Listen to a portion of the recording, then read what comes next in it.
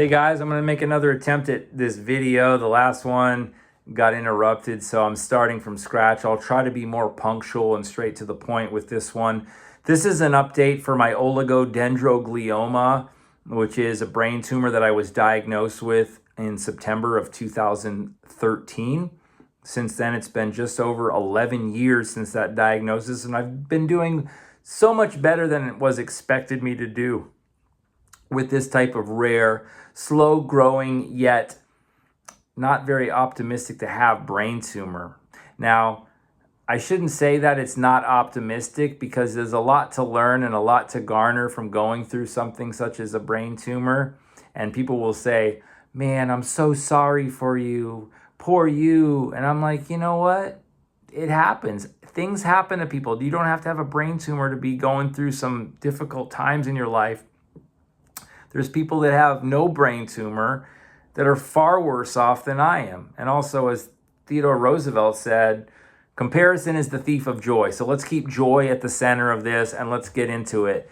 All right, so 11 years ago, I was diagnosed with a primary brain tumor called an oligodendroglioma. If you haven't watched my previous videos, oligo meaning a few, dendro meaning tree-like malformations in the cells of that tumor, and glioma meaning the type of lesion tumor that I was diagnosed with. Now, these tumors come in 3 grades, like other ones like glioblastoma, which are much more rapidly metastasizing tumors. Those are 4 different stages. But this one, the stage 1, is one that is you're born with, or it's diagnosed at birth.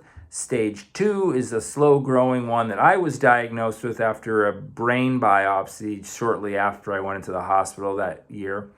And stage 3, which means it's kind of like a runaway tumor and there's not much you can do as far as treatments go. Now, treatments is a thing you hear a lot in the medical world, which means they can treat it, they can target symptoms, they can do things to try and slow it down, and chemotherapy, radiation, which I've had both of those. I've done the oral chemotherapy in the pill form known as temozolomide, or the trade name Temodar. Most people with brain tumors take it. It's usually orally taken because it has to get through the blood-brain barrier, which can only go through the liver and then is able to be passed into the brain. It's a lot of toxicity. And I've also done radiation treatment for 1 month. I did those concurrently in the month of September 2016. So that was 3 years in. I was highly encouraged to do it. The doctors don't seem to really know everything, but they know some things. Now, there's a new medication that's just come out that, according to my type of mutation of this particular tumor, may slow down the growth. Now, this is a newly FDA-approved medication called vorasidenib. I hope I'm saying that right.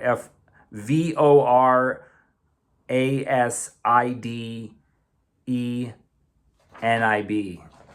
Vorasidenib.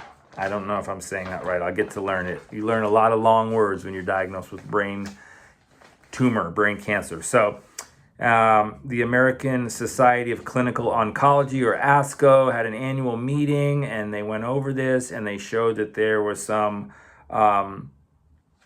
unraveling of different genetic glioma studies. So this thing may be used as a primary medication to help slow down the progression of this tumor.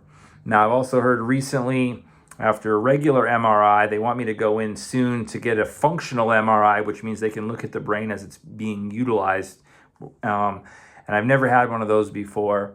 One of the downsides to MRIs of the brain is that they want to put contrast so they can see it more clearly under the magnetic resonant imaging, the MRI. They can see it more clearly. So they inject you with a substance called gadolinium. It's in a solution, which makes it show up, and all the veins and the tumor parts show up better on the scan.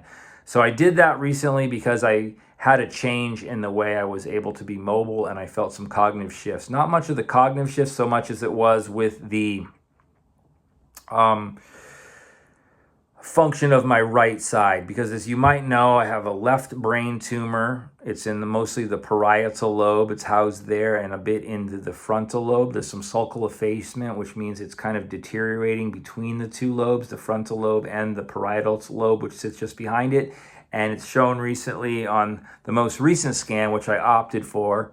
I was doing them quarterly or 3 times a year, and now I've decided to do them more because I've seen growth and I've noticed the change in my mobility, dragging the right side, more weakness and lack of coordination, and proprioception decline, which means not knowing where a limb or a part of your body is in space without looking at it. That's something that's happened more profoundly over the past couple of months. It came on really quickly. So a scan with the gadolinium a month or so ago revealed that the tumor had in fact grown, and it was metastasizing as expected with this type of tumor. But the good news is that there's a mutation to it that can be potentially helped with that medication that I just mentioned. I'm not going to go back to it again, but I'll give you more information as that unfolds. Anyways, went to the neurosurgery department at the Oregon Health and Sciences University. I've also been going to Providence Medical Center in Portland here to get as many takes on this as I possibly can, to learn as much as I can and find out and weigh all of the options that I have. And so through all of this, it seems to be that these neurosurgeons and oncologists want me to act sooner than later in order to not have this tumor spread to becoming a stage 3 sort of runaway metastasizing tumor.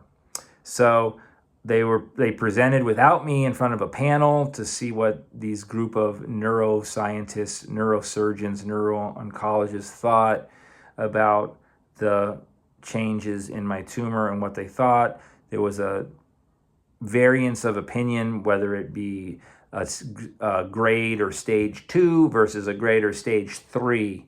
So kind of hanging on that. They want to do this functional MRI to see what parts of my brain will actually be affected, what, if any, part of my brain after that can be removed, hoping, as I understand it, that some level of neuroplasticity or another part of the brain adapting to take over some of the functionality of the brain that's being removed or is damaged by the tumor or other treatments, how that would affect me. So unfortunately, I got a call today from Oregon